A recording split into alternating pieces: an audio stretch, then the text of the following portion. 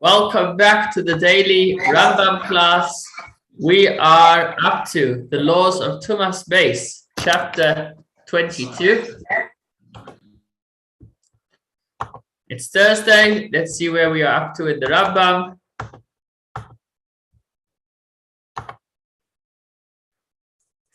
Famous Mishnah Torah with 14 volumes. We are up to volume number 10, Sefer Tara, the book on purity, which has a 144 chapters, 8 topics. They are impurity of the dead. What's today? Today's Thursday. 3, 4, 5. Friday, Shabbos, Sunday. So over the weekend in Brit Hashem, we will be concluding this first topic, which has been quite a large one. And then from Monday in Brit Hashem, we'll begin to learn about the Para Aduma, the red heifer. Spend about 2 weeks on that, and then learn about Tzara'as, other forms of impurity, about foods, vessels, and mikvahs. And interestingly, actually, today's chapter 22 of Tumas Meis, has a lot of overlap with the laws of vessels, because we're talking about preventing the impurity of the dead from entering into a space, and vessels preventing the impurity from entering. So we will be speaking about vessels as well, but with the focus on prevention of impurity of the dead. So this isn't from the Rambam, but this is a breakdown of what's discussed in this topic.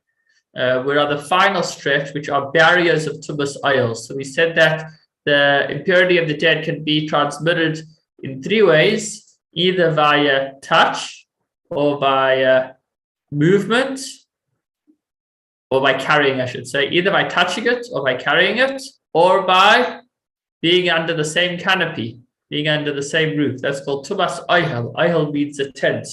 So if you're under the same roof as the source of impurity, you become impure, which for a Kohen is a problem, but not only for a Kohen, it's a problem for all of us, because please God, Mashiach will come and build us the Meis very, very soon. Hopefully we can get that final process rolling today. And we want to be able to go into the Meis HaMikdash. And if we want to go into the Meis HaMikdash, we need to ensure that we are not in a state of impurity. So how do we prevent items from becoming impure? That's what we've been discussing over the last week or so. For today, let's take a look at chapter 22. Oh, you've lost me. I keep forgetting that in the slideshow, at some point, you don't see anything now, right? You're seeing the old, okay. You just see the 14 books. You just got the first slide. I need an overview. Yeah, so you got to remind me, please, each week, because when I click on the book, it opens up another PowerPoint, and that stops the screen sharing. It doesn't come into the screen sharing, so I didn't realize that. Okay. So this is what we just discussed. If you wanted to see, we're approaching the end of the laws of impurity of the dead, and next we'll be speaking about Para Aduma, red heifer, and then Tzara'as, other forms of impurity, food vessels, and finally the laws of mikvah. And as I mentioned, of the laws of impurity of the dead, we're on the final discussion, which are barriers of Tumas oil, preventing the impurity from being transmitted through being in the same room, protecting items in that room from becoming impure. That's the topic of today's chapter. So here it is. Let's now take a look at Rambam.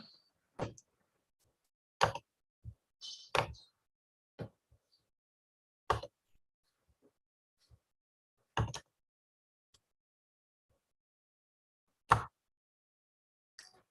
think there are 11 or 12 halachas, 11 halachas today. Let's take a look. Here's a little bit of a summary. You could follow along on the left as we go through the text on the right. So we start with utensils, and then ovens, jugs, and then a whole discussion on sealing. So if you're looking to become a plumber, then just pay attention. And also if you're not looking to become a plumber. Okay, the handles of large earthenware containers, the bulges at the bottom of such containers, and the back of its walls. So we're talking about you have a big vessel, and sometimes the handle itself is large enough that it could be a container in its own right. The same with the base of that vessel, again, can be a container in its own right, or the back. So if you were to use the handle, let's say you had a nice big handle on the container, and that handle cracked off, And now you place that handle over some food to prevent, because you knew that in 2 minutes there's going to be a coffin coming through the room, and you don't want that coffin to cause your lunch to become impure. So quickly, before the coffin comes through the room, you quickly take this handle, which broke off the larger vessel, and you put it down on top of the food to protect the impurity from spreading into that food, from causing that food to become tame. Does that work? The answer is no. Why? Because a handle of a vessel is not considered a vessel in its own right. If one, however, cut them off, planed them, and made them into containers, if you didn't just have a cracked handle, you actually then took that handle, you took it to your workshop, and you sanded it down, and you made it into a nice little utensil of its own. So now it's gained its own identity as an independent utensil, and then it would be able to be placed over the food to prevent the food from becoming impure.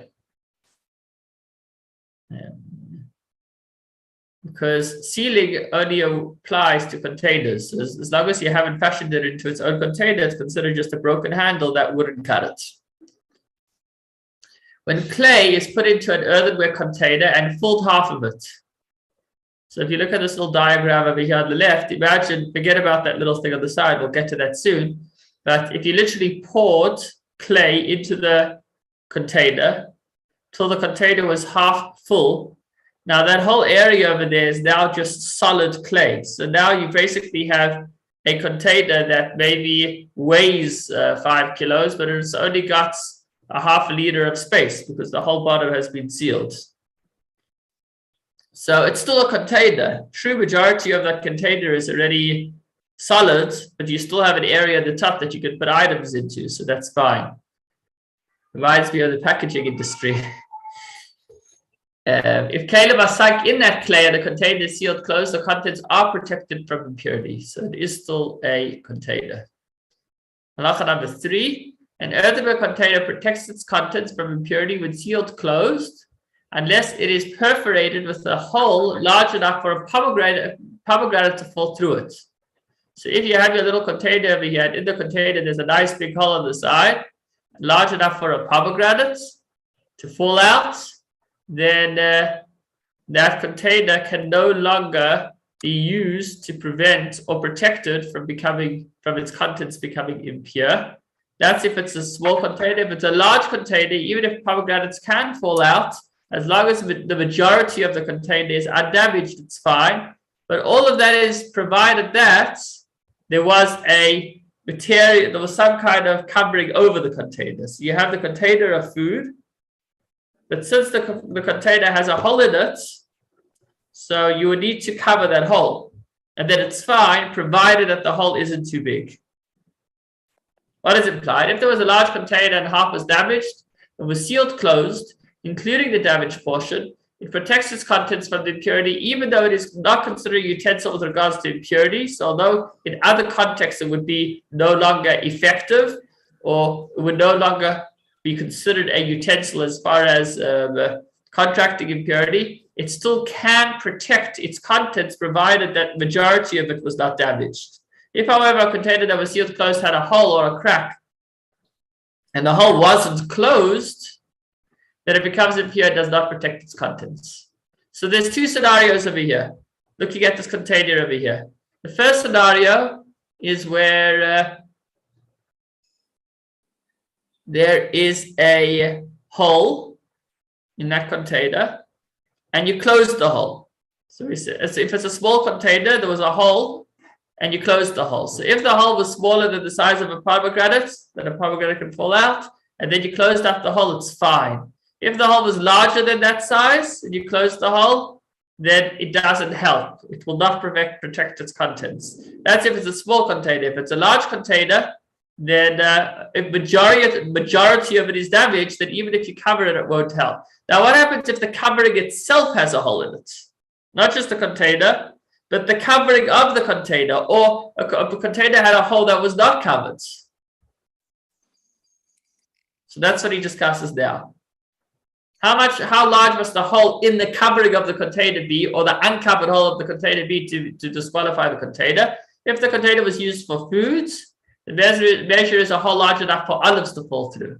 If it was used for liquids, its measure is that the hole must be large enough to enable liquids to seep in when the container is placed on them. If it's used for both, then we go stringently, and the hole needs to be small enough that liquids cannot seep in.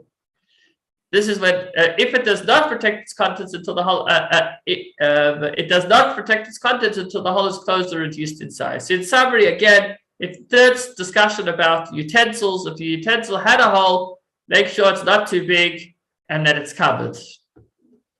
Now let's talk about ovens.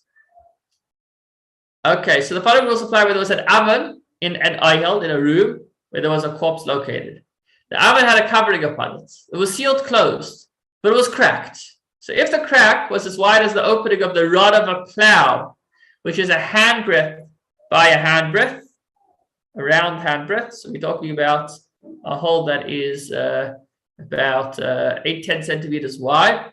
So if the crack was that big that it could actually fit through, it has that volume of space in the crack in the oven, then the oven is impure. It no longer protects its contents. Even though the rod could not be inserted into the oven through the hole, so even if it was a different shape, if the hole was kind of more of an oval and the rod was more round or vice versa, it still is impure because it contains that amount of space in the hole. If the hole was smaller than this, then the oven is pure. So that's if the oven was cracked. If the covering of the oven was cracked, then if it's to the extent that the rod of a plow could actually enter, it's impure. If it's less, then it protects its contents with a sealed covering. So here, even though it may be a larger hole in size, as long as it actually isn't large enough for the rods to actually go through, then it will still protect its contents. We're now talking about the cover of an oven. If the crack is round, we do not consider it as if it was long. Instead, the measure is dependent on whether the opening of the rod of a plow could be inserted, as I just mentioned. If the following rules apply when the oven that is closed has an eye that was partially closed. So you have an oven, and then they would have a little eye in the bottom, maybe to let oxygen in so that the coals can burn well. And then you close that eye partially with clay.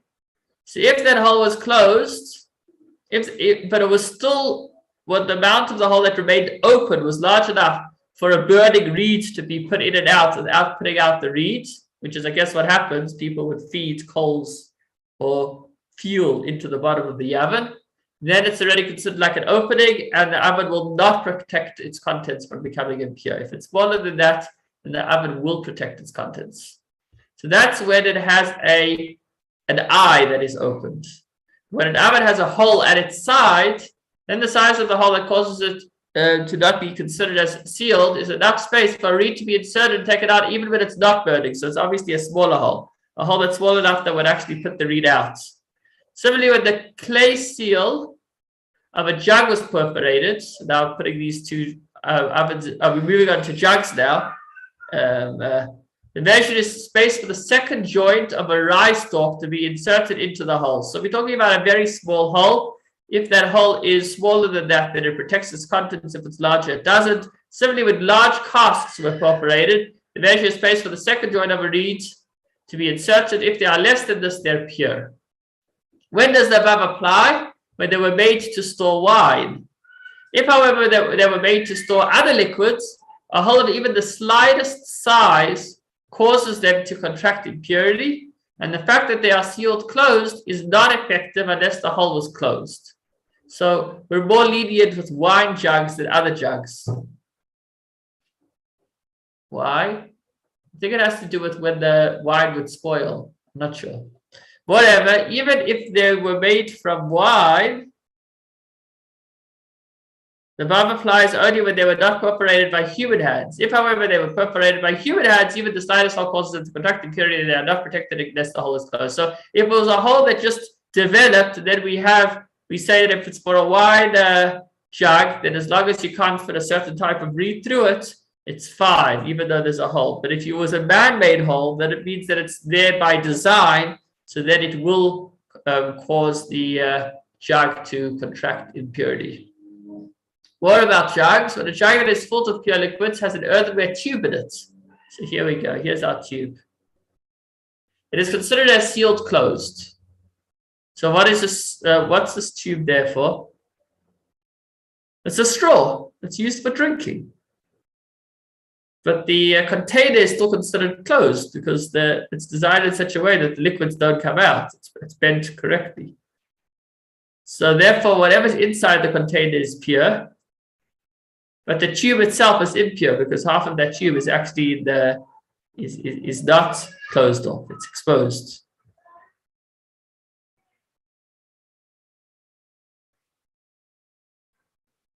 So even though the straw or the tube is crooked, it still becomes impure. It's not considered closed as far as the tube itself, but the jug is fine.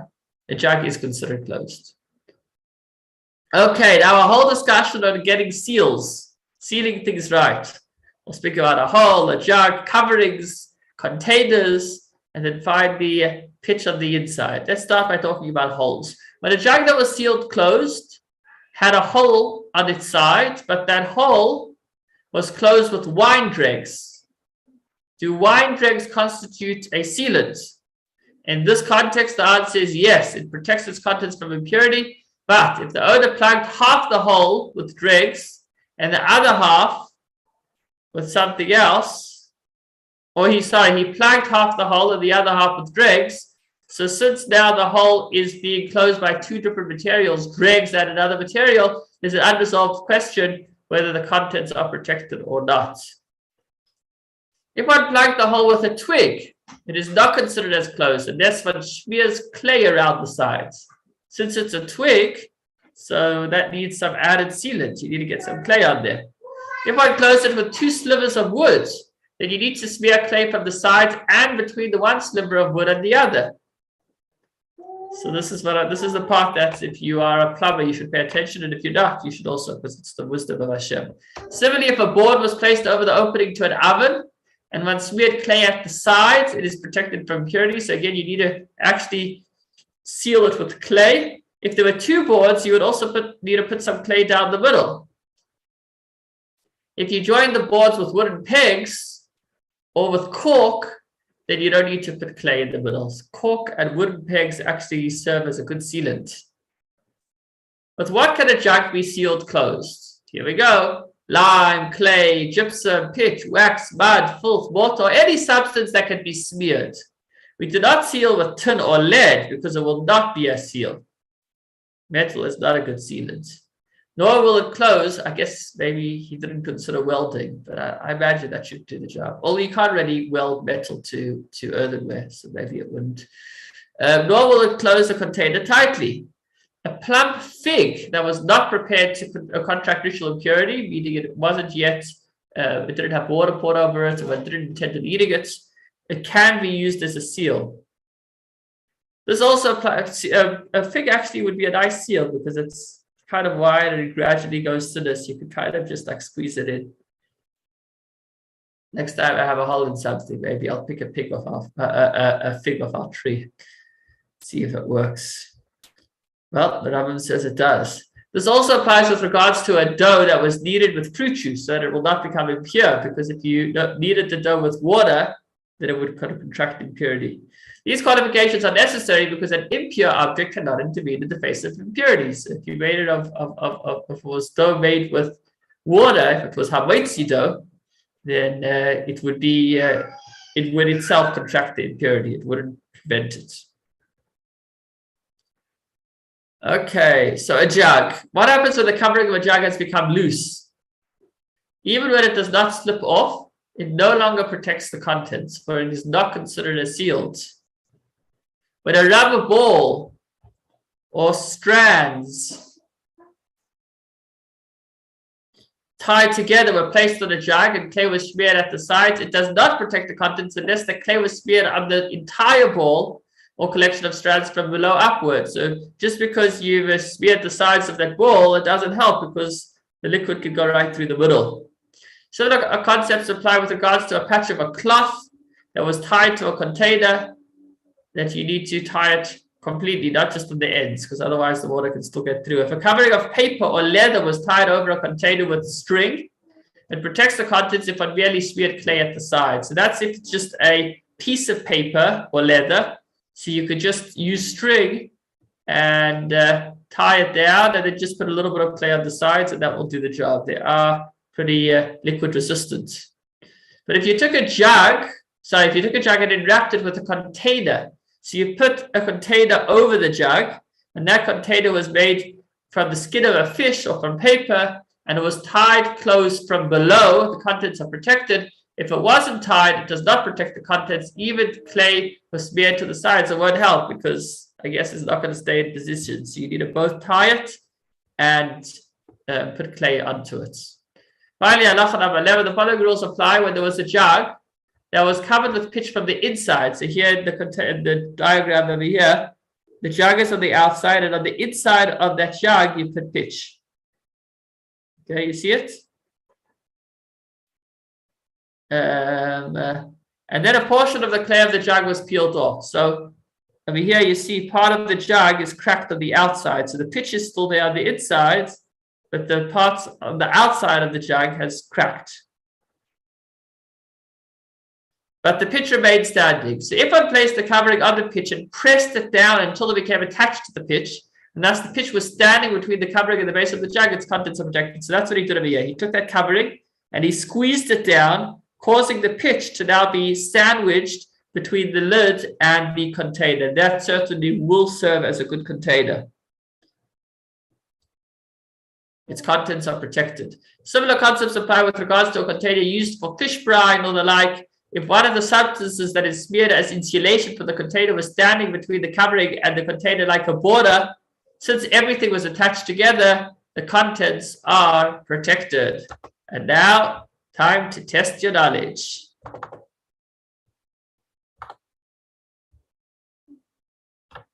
If an earthenware container used for food was sealed closed and it developed a crack, does it protect its contents from impurity? Yes, as long as the crack is not on the majority of the container. Yes, as long as the crack is not wide enough that a pomegranate can fit through. Yes, as long as the crack is not wide enough for olives to fall through it. So it developed a crack. It sounds like that crack was not covered. So I would like to go with option number 3. Yes. Okay. Yeah. Thank you. If a jug containing pure liquids was sealed, closed, but had an earthenware tube jutting out from the top of it, a tube, does the jug protect its contents from impurity? No, the whole of the tube allows impurity to come inside it and everything is impure. Yes, the jug, tube, and liquids are all pure. Yes, but the tube becomes impure. What do you say? Number 3, I think. Yes. Yes. Number 3. Great. Question number 3. No. If a sealed barrel has a hole that became plugged with wine dregs, does it protect from impurity entering it? Do wine dregs do the job? Yes. Yes. Well done. Does the covering of a container need to be tightly attached to protect from impurity, or is it okay if it's loosely fitted? It needs to be attached tightly. As long as the cover doesn't slip off on its own, it is fine. It needn't. Is that a correct word? Need not. Need not. There's no such thing as needed, hey? It need not. It need not be attached tightly, or it needs to be attached tightly. It needs to be attached tightly. Correct. Yeah. Gentlemen, well done. That's a 4 out of 4. Okay. Wishing you a wonderful evening you, and a Rabbi. wonderful afternoon and a wonderful Shabbos. Good Shabbos, everybody. Chodesh Tov and a Shabbos. good month Chodesh ahead, Tov. a month of joy. And we hear only good news going forward. Thank you. And our Chodesh learning Tov. should definitely be a merit to all the thousands who are unfortunately being in terrible situations due to the war. Terrible. That should bring peace very soon. Amen.